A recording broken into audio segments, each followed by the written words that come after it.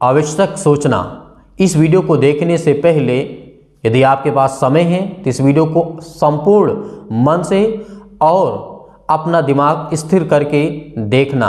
यह डिस्क्लेमर मैं इसलिए दे रहा हूं, और जो विरोधी दल है आरएसएस और बजरंग दल बीजेपी इस वीडियो को ना देखें, अन्यथा आप देख करके अपने ही अंदर क्रोध को उत्पन्न करेंगे, उसका कोई फायदा होने वाला नहीं है। तो यदि आपके पास समय है तो इस वीडियो को अंत तक देखिए।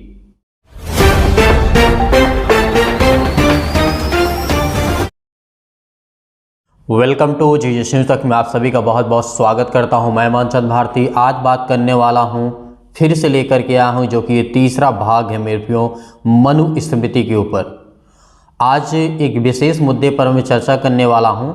हालांकि बहुत सारे श्लोक मैं पढ़ूंगा जिसमें से ये समझने की कोशिश आप करिएगा कि आखिर इसमें अच्छा क्या लिखा हुआ है।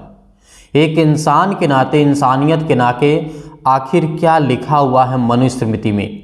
जो ब्राह्मण लोग ये कहते हैं कि मनुस्मृति संविधान से कहीं ज़्यादा अच्छा है। तो आइए वीडियो को शुरू करते हैं, लेकिन मैं हमेशा के तरीके बहुत बड़ा डिस्क्लेमर देता हूं कि आरएसएस और बीजेपी और बजरंग दल के लोग इस वीडियो को ना देखें। हो सकता है आपको ठेस पहुँचे, तो मेरी इच्छा नहीं है कि मैं आपको ठेस पहुँचाऊँ। हालांकि जो भी मैं बात करूँगा मनुस्मृति के आधार पर बात करूँगा। तो चलिए आइए देखते हैं कि एससी और ओबीसी और एसटी और जितने भी अन्य निचले स्तर के लोग आते हैं उनको किस तरीके से आज तक मूर्ख और पागल बना करके रखा गया है। आइए देखते हैं। देखिए, हम बात करते हैं, श्लोक में लिखा है मनुस्मृति के द्वारा। यहाँ पे श्लोक में नहीं लूँगा, श्लोक नहीं कहूँगा कि ये श्लोक का है, लेकिन हाँ ये श्लोक में लिखा हुआ है, तभी मैं आपके सामने यहाँ पे पढ़ रहा हूँ। ब्रह्मा ने शूद्रों के लिए एकमात्र कर्म निश्चित किया है। वो कौन सा कर्म है? ब्रह्मा जिसे कहा जाता है ब्राह्मणों का, या फिर इस पृथ्वी की उत्पत्ति के बारे में ब्रह्मा को माना जाता है। हिंदू लोग मानते हैं, जो कट्टर ब्राह्मण हैं वो मानते हैं, और आरएसएस वाले मानते हैं, और इसके अलावा संसार में और कोई नहीं मानता है। तो यहाँ पे लिखा है क्या निश्चित कर्म दिया गया है शूद्रों के लिए, जो कि शूद्र में एससी, एसटी, ओबीसी जितने भी अदरवाइज लोअर कास्ट के आते हैं वो सब लोग हैं, अपर को छोड़ करके। लिखा है वह है गुण गान करते हुए ब्राह्मण क्षत्रिय और वैश्य की सेवा करें। यहाँ पे क्या लिखा है? ब्रह्मा ने पहले बात तो शूद्र लोगों को पैरों से पैदा किया, ये मनुस्मृति बताती है, और उसके बाद ब्रह्मा ने ये भी निश्चित कर दिया कि शूद्रों का क्या काम होगा। वो ब्राह्मण और क्षत्रिय और वैश्य की सेवा करेंगे, मतलब पंडित और ठाकुर और बनिया इन लोगों की सेवा करेंगे। ओबीसी वाले, एससी वाले, एसटी वाले और जितने भी लोअर कास्ट में आते हैं, आदिवासी और उससे जो निचले स्तर पे आते हैं, वो सब लोग इनकी सेवा करेंगे। ये ब्रह्मा ने आपको निश्चित कर्म दिया है, आपका यही कर्म है कि आप उनकी रात दिन सेवा करें। अगले श्लोक पे चलते हैं। लिखा हुआ है शूद्र यदि ब्राह्मण के साथ एक आसन पर बैठे तब राजा को उसकी पीठ को तपाए गए लोहे से दगवा कर अपने राज्य से निकासित कर देना चाहिए। क्या बात है! मैंने पहले भी इस श्लोक को पढ़ा था और बताया था कि श्लोक में लिखा हुआ है, लेकिन यहाँ पे लिखा है यदि कोई शूद्र व्यक्ति, ओबीसी, एससी, एसटी के लोग जो हैं, जो हालांकि आजकल बहुत घुल मिल गए हैं, लेकिन पहले नहीं था, अंग्रेजों के पहले ये सब नहीं चलता था। शूद्र लोग नहीं बैठ सकते थे, ओबीसी के लोग एक साथ नहीं बैठ सकते थे। जब अंग्रेज लोगों ने आए तो बहुत सुधारा अंग्रेज लोगों ने। भारत देश को अंग्रेज लोग लूट कर तो ले ही गए, लेकिन देकर के बहुत कुछ गए हैं, इस बात को याद रखना। इसमें क्या लिखा हुआ है?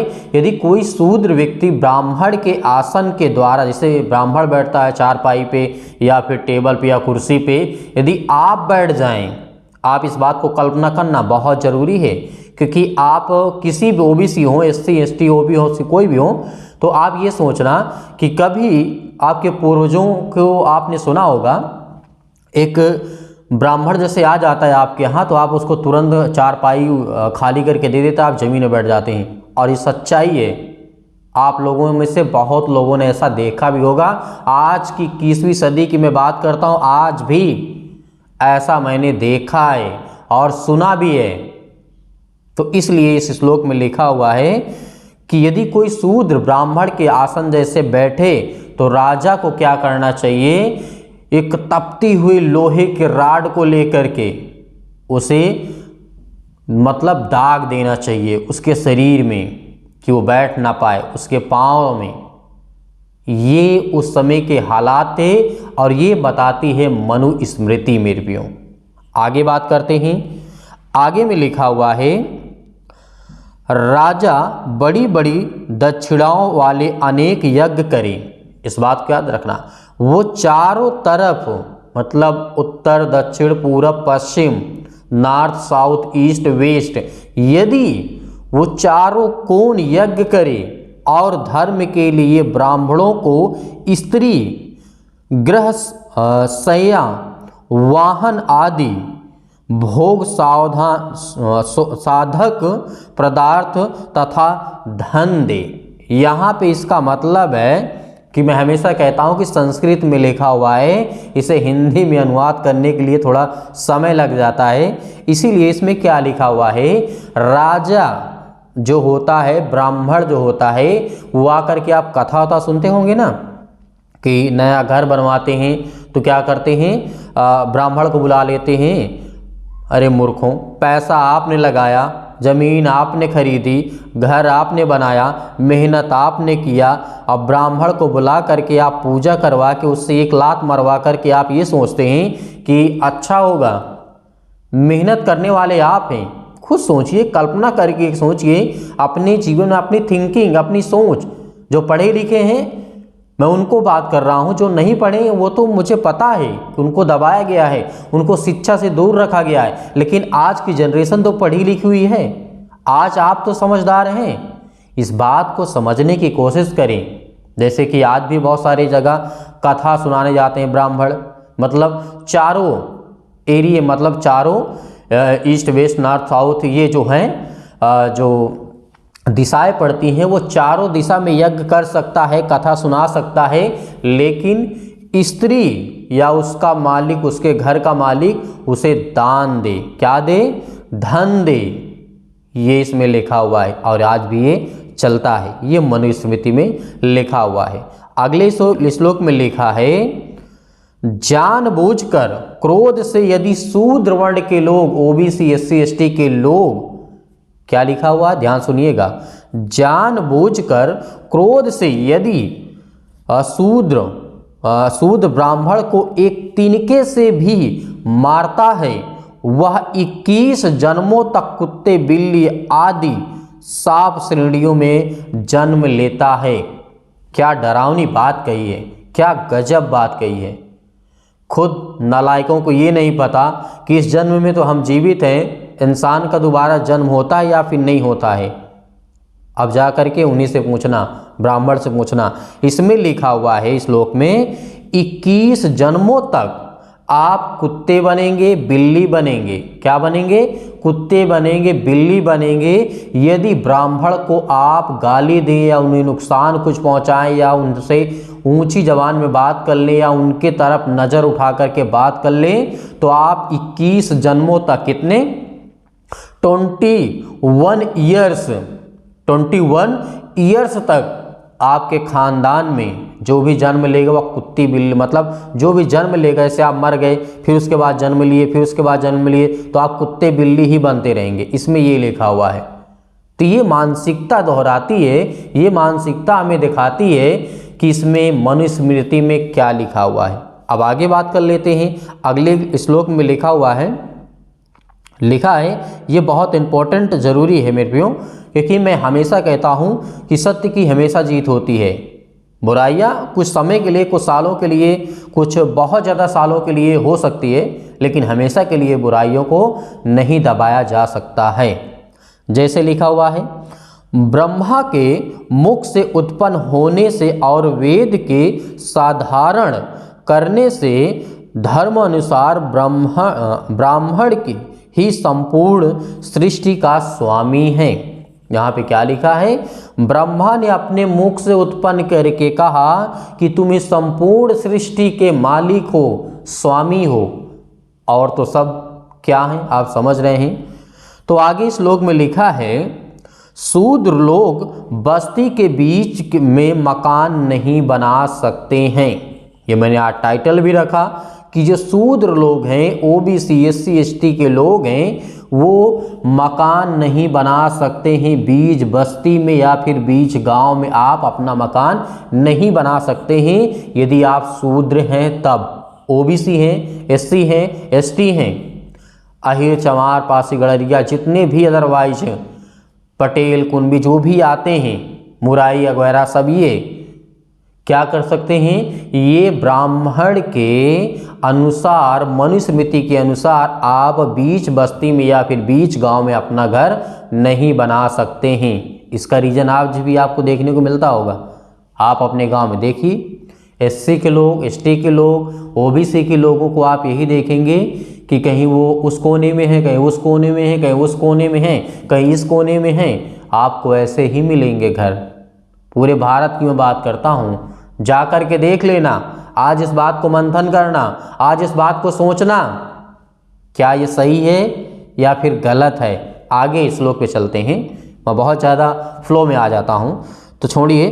क्या लिखा हुआ है, शूद्र लोग बस्ती के बीच में मकान नहीं बना सकते, गांव या नगर के समीप किसी वृक्ष के नीचे अथवा शमशान, पहाड़ या उपवन के पास बसकर अपने कर्मों द्वारा जीविका चलाएं।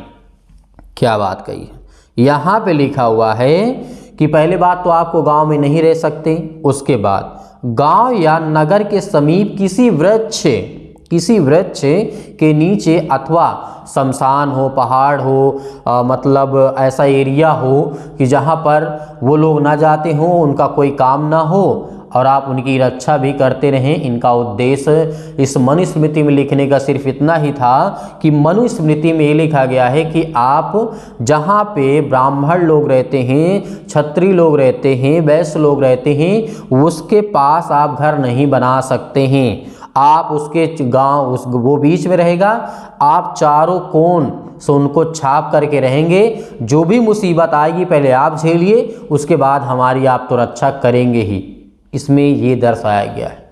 आज ये मेंटेलिटी जो है ना, साइकोलॉजी जिसे बोलते हैं, ये आपको समझना बहुत ज़रूरी है।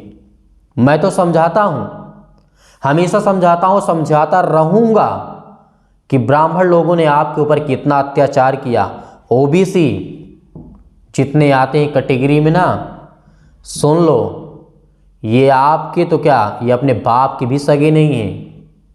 इस बात को याद रखना, क्योंकि आज आपको मैं प्रूफ के साथ बताता हूँ, प्रूफ के साथ दिखाता हूँ कि अपने गांव में जाकर के देख लेना कि किसी, मतलब जो नई बस्ती, अभी की नहीं बात करता हूँ, जो पुराना गांव है या पुरानी बस्तियां हैं, वहाँ पर आप जाकर देखेंगे तो ब्राह्मण लोगों का घर बीच गांव में मिलेगा। आसपास में आपको एससी एसटी ओबीसी के लोग आपको चारों तरफ दिखाई देंगे। क्यों? क्योंकि इनकी मानसिकता इससे निकल करके आती है जो मनुस्मृति में लिखा हुआ है। आगे श्लोक में चलते हैं। लिखा है ब्राह्मण को चाहिए कि वह शूद्र का धन किसी संकोच के छीन ले। एक सेकंड, यहाँ मैं थोड़ा सा पढ़ना चाहूँगा, मोबाइल हाथ में ले लेता हूँ। यहाँ पे लिखा हुआ है, ब्राह्मण को चाहिए कि वह शूद्र का धन बिना किसी संकोच के छीन ले, क्योंकि शूद्र उसका अपना कुछ नहीं है, उसका धन उसके मालिक ब्राह्मण को छीनने योग्य है। मैंने पहले बताया कि ब्राह्मण लोग कभी भी नहीं चाहते थे एससी एसटी ओबीसी के लोगों को कि उनके पास धन हो, क्योंकि इसमें मनुस्मृति में भी लिखा हुआ है। आप इसको पढ़िएगा, मनुस्मृति को मंगा लीजिए, आपको हिंदी वर्जन मिल जाएगा, मंगा लीजिए, आपको मिलेगा। आप उसमें पढ़िएगा, आपको समझ में आएगा। बहुत ज़्यादा महंगी नहीं है, 100-200 में मिल जाएगी आराम से। लेकिन हाँ, ओरिजिनल मंगाना जो इसमें लिखा हुआ है। आज सुधारी वाली भी मंगाएंगे तो उसमें कम आपको थोड़ा ये समझ में आएगी बातें। तो यहाँ पे लिखा हुआ है, ब्राह्मण लोग चाहे जब आपकी धन दौलत शोहरत सब कुछ छीन लें, उसको अधिकार है, और किसी शूद्र व्यक्ति को ये रखने का अधिकार नहीं है। क्या रखने का अधिकार? धन रखने का अधिकार नहीं है, और छीनने का योग है ब्राह्मण के पास। आप उससे कुछ नहीं कह सकते हैं। इसीलिए आगे लिखा हुआ है, अगले श्लोक में लिखा है, राजा वैश्यों और शूद्रों को अपना अपना कार्य करने के लिए बाध्य करने के बारे में सावधान रहें, क्योंकि जब ये लोग अपने कर्तव्य को विचलित हो जाते हैं तब वे इस संसार को अव्यवस्थित कर देते हैं। मतलब यहाँ पे बताया गया है, राजा वैश्यों और शूद्रों को अपना अपना कार्य के लिए बाध्य करने के लिए सावधान रहने के लिए यहाँ पे बोल रहा है। क्यों? यहाँ पे शूद्र को, वो वैश्यों को भी घसीटा गया है, क्योंकि वैश्य क्या हैं? बनिया हैं। क्या हैं? दलाल हैं। और शूद्र क्या हैं? गुलामी करने वाले, चौकीदारी करने वाले, चौकीदार बनने वाले। आप मालिक नहीं बन सकते हैं जीवन में कभी भी। इस बात को याद रखना, आप मालिक नहीं बन सकते हैं, आप केवल नौकर बन सकते हैं। ये मनुस्मृति की सोच है और लिखा हुआ है मेरे प्रियो। इसीलिए आगे क्या लिखा हुआ है, दूसरे श्लोक में जब हम और जाते हैं आगे, शूद्रों का धन कुत्ता और गधा ही है। ये पॉइंट बहुत जबरदस्त लिखा हुआ है। शूद्रों का धन जो होता है कुत्ता और गधा ही है, मुर्दों से उतारे हुए इनके वस्त्र हैं, और शूद्र टूटे फूटे बर्तनों में भोजन करे, और शूद्र महिलाएं लोहे ही के गहने पहने। ब्राह्मण की वाइफ पहने, मतलब पहले वाइफ नहीं बोलते थे, अभी बोलने लगे हैं जब से इंग्लिश आया है। वाइफ मतलब उसकी, ब्राह्मण की पत्नी, वो सोना पहने, चांदी पहने, मोती पहने, हीरा पहने, सब कुछ पहन सकती है। लेकिन शूद्र वर्ण के लोगों को, ओबीसी SC ST लोगों को ये पहनने का अधिकार नहीं था। उनकी वाइफ, उनकी पत्नियों का पहनने का अधिकार नहीं था। इसीलिए इसमें लिखा हुआ है कि उन्हें लोहे का ही गहना पहनना चाहिए। ये इसमें लिखा हुआ है। आगे लिखा हुआ है, शूद्रों का धन कुत्ता है और गधा है। कुत्ता और धन गधा का मतलब क्या है? मतलब शूद्र व्यक्ति कुत्ता को पाल सकता है तो उनकी रक्षा करने में मदद करेगा, और गधा जो पालेगा क्योंकि वो धन हो जाएगा उसका, शूद्र का, क्योंकि उसके पास गधे हो जाएंगे, घोड़े हो जाएंगे, तो क्या होगा? उसके पास धन आ गया। तो ये धन यही है आपके लिए। यदि आज भी नहीं सुधरेंगे, आज भी नहीं संभलेंगे, तो आपकी जो जनरेशन है, आपकी जो पीढ़ियाँ हैं, वो आपको किस मुकाम पर वो लाकर खड़ा कर देंगे, ये आपने कभी कल्पना भी नहीं की होगी।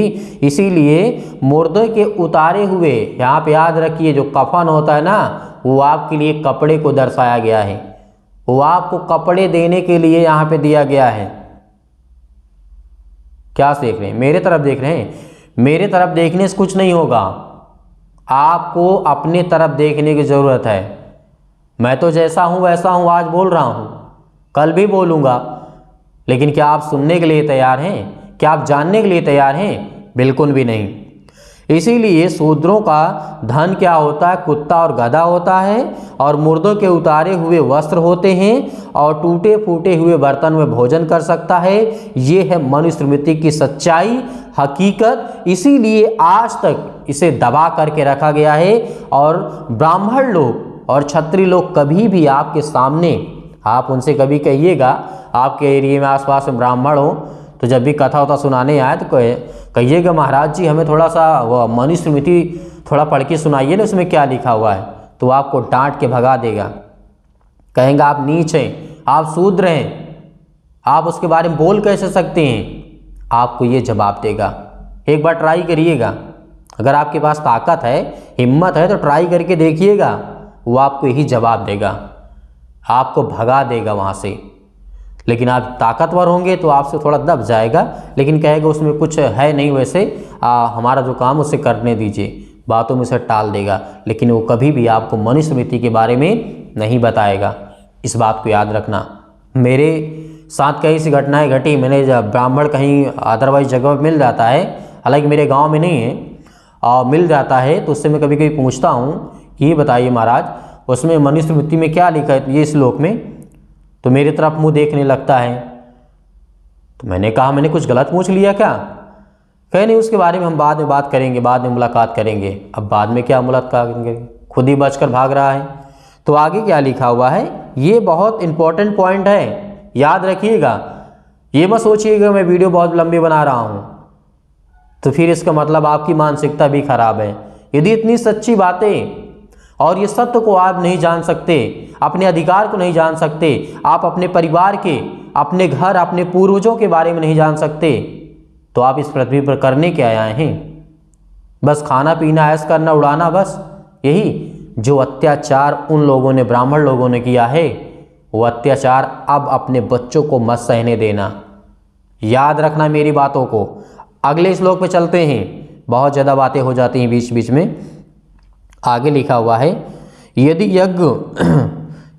यज्ञ अपूर्ण रह जाए तो वैश्य की असमर्था में शूद्र का धन यज्ञ कराने के लिए छीन लेना चाहिए। ये भी एक इंपॉर्टेंट पॉइंट है। यदि अपूर्ण यज्ञ यदि ना हो, मतलब पैसे के कारण नहीं हो पाती है, तो वैश्य की असमर्था को दिखाता है कि मेरे पास पैसे नहीं है, मैं यज्ञ नहीं करा सकता हूं। तो उनके पास अधिकार है, उनके पास राइट्स है। जिस तरीके से द इंडियन कॉन्स्टिट्यूशन के तहत बहुत सारे सेक्शन आते हैं, बहुत सारे मतलब आर्टिकल हैं जिसमें ये लिखा हुआ, ये लिखा हुआ, उसी तरीके मनुस्मृति में लिखा हुआ है कि उनके पास अधिकार है कि आपका धन छीन करके वो यज्ञ को करा सकता है। आपके धन को, उसके पास पैसे नहीं है तो आपके घर को लूट करके, आपके घर को जो भी धन है, दौलत है, सब कुछ छीन करके वो अपना यज्ञ करा सकता है। इसमें किसी भी प्रकार का कोई पाप नहीं है। ये ब्राह्मण लोगों का मनुस्मृति में लिखा हुआ है। आगे देखते हैं। अपना धन बचा के रखना, वरना ब्राह्मण लोग आएंगे तो आपके धन को ले जाएंगे, फिर यज्ञ कराएंगे। बहुत सारे कम लोग ये बातें बोलते हैं क्योंकि जानते हैं 90-80% तो हिंदू हैं, तो सोचते हैं हम अपने धर्म के खिलाफ काहे बोले, जो लिखा है सही होगा। लेकिन सही क्या होगा, उसे पढ़िए तो, उसे समझिए तो, उसमें लिखा क्या है आखिर। अब मेरे ओबीसी भाई भी नहीं समझ रहे हैं, ओबीसी के लोग भी नहीं समझ पा रहे हैं इन बातों को। बहुत सारे लोगों ने समझा, धीरे धीरे समझ रहे हैं और वो भी समझ जाएंगे बहुत जल्द। आगे लिखा हुआ है, ज़्यादा नहीं, एक दो और मैं लूँगा। यहाँ पे श्लोक को लिखा हुआ है, दूसरे ग्रामवासी पुरुष जो पत्रित, यहाँ पे याद रखिएगा, अभी मैं समझाऊंगा क्या लिखा है। पत्रित, चंडाल, मूर्ख और धोबी आदि अत्यवासी हो, उसके साथ जिग्ज ना करे। लोहार, निषाद, नट, गायक के अतिरिक्त सुनार और शास्त्र बेचने वाले का अन्न वर्जित है।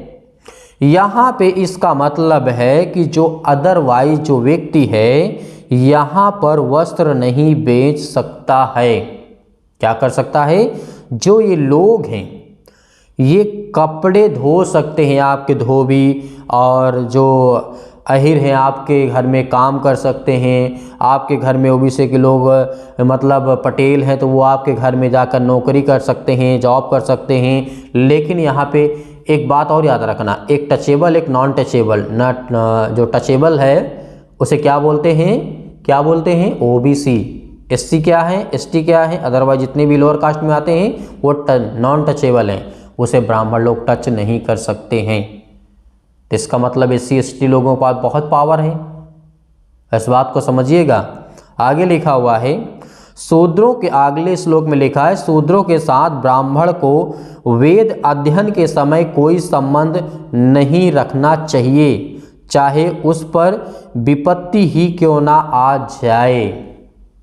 यहाँ पे लिखा है, शूद्रों के साथ ब्राह्मण को अध्ययन के समय कोई संबंध न रखे, चाहे उस पर विपत्ति ही क्यों ना आ जाए। मैंने पहले बताया था ना कि ब्राह्मण लोग आपके सामने कभी भी वेद मतलब मनुस्मृति को नहीं पढ़ सकते हैं, चाहे वो कितना बीमार हो, चाहे जितना मरने वाला हो, तब भी वो आपके सामने नहीं पढ़ेगा। ये काला सच है। क्या है? काला सच है ये, जो कि आपसे छुपाया गया है। इसीलिए आगे लिखा हुआ है, स्त्रियों का वेद से कोई सत्कार नहीं होता है, सरोकार नहीं होता है, यह शास्त्र द्वारा निश्चित है। अतः जो स्त्रियां वेद अध्ययन करती हैं वे पाप युक्त हैं और असत्य के समान अपवित्र हैं। यह नियम है मेरे प्रियो, इसको याद रखना। इसमें क्या लिखा हुआ है? स्त्रियों को वेद पढ़ने के लिए कोई अनुमति नहीं है, आज भी नहीं है। वेद को पढ़ने का अधिकार केवल ब्राह्मण लोगों के पास है, आपके पास नहीं है। मैं आज पढ़ रहा हूं तो समझ लीजिए कितनी बड़ी मुसीबत आने वाली है। कुछ नहीं होगा, आप खुल करके पढ़िए, मंगाइए, पढ़िए, समझिए इस बात को। आगे देखते हैं, एक श्लोक में और पढ़ूंगा जो कि लिखा हुआ है इस श्लोक में। हाँ, अतिथि के रूप में वैश्य या शूद्र के आने पर ब्राह्मण उस पर दया प्रदर्शित करता हुआ अपने नौकरों के साथ भोज कराए। इस बात का याद रखना। जल्दी थोड़ा पढ़ देता हूँ, आप समझिएगा। जिस प्रकार शास्त्र विधि से स्थापित अग्नि और समान अग्नि दोनों ही श्रेष्ठ देवता हैं, उसी प्रकार ब्राह्मण चाहे वह मूर्ख हो या विद्वान हो, दोनों ही रूपों में वे श्रेष्ठ देवता है। एक ब्राह्मण के पास ज्ञान है, बुद्धि है, समझ है, एक एकदम मूर्ख है, पागल है, बिल्कुल निठल्ला है, बिल्कुल मतलब मैं किस भाषा में कहूँ, मतलब यहाँ पर एक ब्राह्मण है, उसके पास ज्ञान, बुद्धि, समझ सब कुछ है। चलिए मान लेते वो तो विद्वान है, वो पंडित है, कोई दिक्कत नहीं। अब यहाँ पे ये भी बताया गया है कि यदि एक ब्राह्मण मूर्ख है तो वो भी क्या है? वो भी श्रेष्ठ देवता माना गया है। इसीलिए तो 33 करोड़ देवी देवता हो गए हमारे भारत देश में। क्या माना गया? श्रेष्ठ देवता माना गया। अब एक दलित है, एक SC है, एक OBC है, एक और जो भी हैं, वो पढ़ लिख करके बहुत विद्वान हो जाएं, तब भी उनके नज़र में और मनुस्मृति के नज़र में आप शूद्र हैं, आप पापी हैं, आप गुलामगिरी करने वाले हैं, आप इससे ज़्यादा कुछ नहीं हैं, कितनी भी बड़ी हस्ती हो जाए आपकी। ये मनुस्मृति कहता, मैं नहीं कहता हूँ, मनुस्मृति में लिखा हुआ है। इस बात को भी याद रखिएगा। यहाँ पे लिखा है, शूद्र की उपस्थिति में वेद पाठ को नहीं करना चाहिए।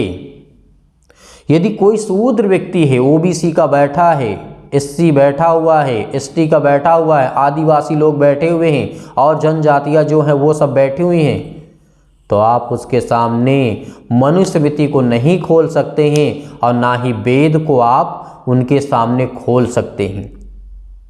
नहीं पढ़ा जाना चाहिए। ये कौन सी किताब है? हो सकता है कोई तीव्र शक्ति हो कि उनको भी ज्ञान मिल जाए, उनको भी समझ मिल जाए, उनको बुद्धि में आ जाए, यदि उनके सामने पढ़ें तो। इसीलिए मेरे प्रियो, इसमें जो लिखा हुआ है उसको छिपाने की बहुत कोशिश की गई, किसको किसी तरीके लोगों तक ना पहुँचे। वरना जानते हैं कि 85% 85 बोलते हैं ना, जय मूल निवासी वाले बोल 85% हैं, उसमें फिर 85% निकाल दीजिए, फिर जितना बचता है उसमें मुस्लिम हैं, फिर उसके बाद उसमें निकाल दीजिए, उसमें फिर आपको ब्राह्मण मिलेंगे। अब 22-23% तो मुसलमान हैं, बचा कितना? 3-4%। मान लीजिए कि इस 22% जो बचा है, जो भी है, 3% ब्राह्मण हैं। तो जब 3% वाला आपको बेवकूफ़ बना सकता है तो आप तो 85% हैं ओबीसी एससी के लोग, तो आप तो पूरे भारत को इकट्ठा करके बहुत मजबूत कर सकते हैं। ठीक, आपको समझना है, आपको सोचना है। अब एक यहाँ पे और पढ़ूंगा, ब्राह्मण का नाम शुभ और आदर सूचक, क्षत्रिय का नाम वीरता सूचक है, वैश्य का नाम संपत्ति सूचक है और शूद्र का नाम तिरस्कार सूचक हो और है। ब्राह्मण का क्या है? शुभ नाम है, उसका काम क्या है? शुभ है। और जो क्षत्रिय हैं उनका क्या है? आदर्श सूचक हैं, आदर्श हैं भाई, वो आदर्श हैं। और जो क्या इसमें लिखा हुआ है? वीरता का सूचक है। और वैश्य क्या है? संपत्ति का, धन का, दलाली का सूचक है। और शूद्र का नाम जो है तिरस्कार किया गया है। यहाँ पे शूद्र कुछ नहीं है। मनु स्मृति के अकॉर्डिंग्स इस बात को याद रखना। आगे लिखा हुआ है 10 वर्ष के ब्राह्मण को 90 वर्ष का क्षत्रिय, वैश्य और शूद्र पिता समान समझ करके उसे प्रणाम करे। एक बात तो यहाँ पर फंसती है भाई, यहाँ पे सही लिखा हुआ है 10 वर्ष के ब्राह्मण, 10 वर्ष का बालक ब्राह्मण है, 90 वर्ष का, चाहे वो क्षत्रिय हो, वैश्य हो, शूद्र हो, उसे पिता समझ करके उसे प्रणाम करना है। ऐसे क्या करना है? उसके पांव चाटने हैं। इसमें ये लिखा हुआ है, यहाँ पर ब्राह्मण लोगों ने क्षत्रिय और वैश्यों को भी नहीं छोड़ा है। क्योंकि इसके पीछे रीजन जानते हैं आप? जब ब्राह्मण लोग भारत देश में आए तो इन्होंने 4 वर्णों में लोगों को विभाजित किया और हमारे ही लोगों में से उठा लिए ब्राह्मण और वो क्षत्रिय और वैश्य, ये 2 को उठा लिए और इनको अपने पक्ष में ले लिया और इनको ये उपाधि दे दी, ये नाम दे दिया, ये काम दे दिया गया। और जितनी बस्ती हैं उनको सब शूद्र में डाल दो, क्योंकि ये हमारे नौकर बनेंगे, ये हमारे काम करने वाले बनेंगे। तो ये है इसकी सच्चाई। तो मेरे प्रियो, इस वीडियो के माध्यम से मैं ज़्यादा कुछ बोला तो बहुत कुछ हूँ, लेकिन आपको समझ में भी आया होगा। लेकिन आप हमें कमेंट बॉक्स में ज़रूर बताइएगा। और उन विरोध करने वालों से पूछना चाहता हूँ, हाँ आप ही से कह रहा हूँ, जो मुझे देख रहे हैं टुकुर टुकुर ना, आप ही से मैं कह रहा हूँ कि आप मेरा विरोध करने वाले हैं ना। मेरा विरोध करने से कुछ नहीं होगा। जिस दिन 85% लोग जानेंगे ना, उस दिन आपका क्या होगा आप सोचिए। मेरा तो कुछ नहीं होने वाला है। तो इन्हीं बातों से अब इस वीडियो को, इस भाग को, तीसरे भाग को मैं समाप्त करता हूं। अब नेक्स्ट वीडियो आएगी जो कि चौथा भाग होगा मनु स्मृति के ऊपर। तो परमेश्वर आपके परिवार को बहुतायत से आशीष दे। God bless you all of you. Thank you.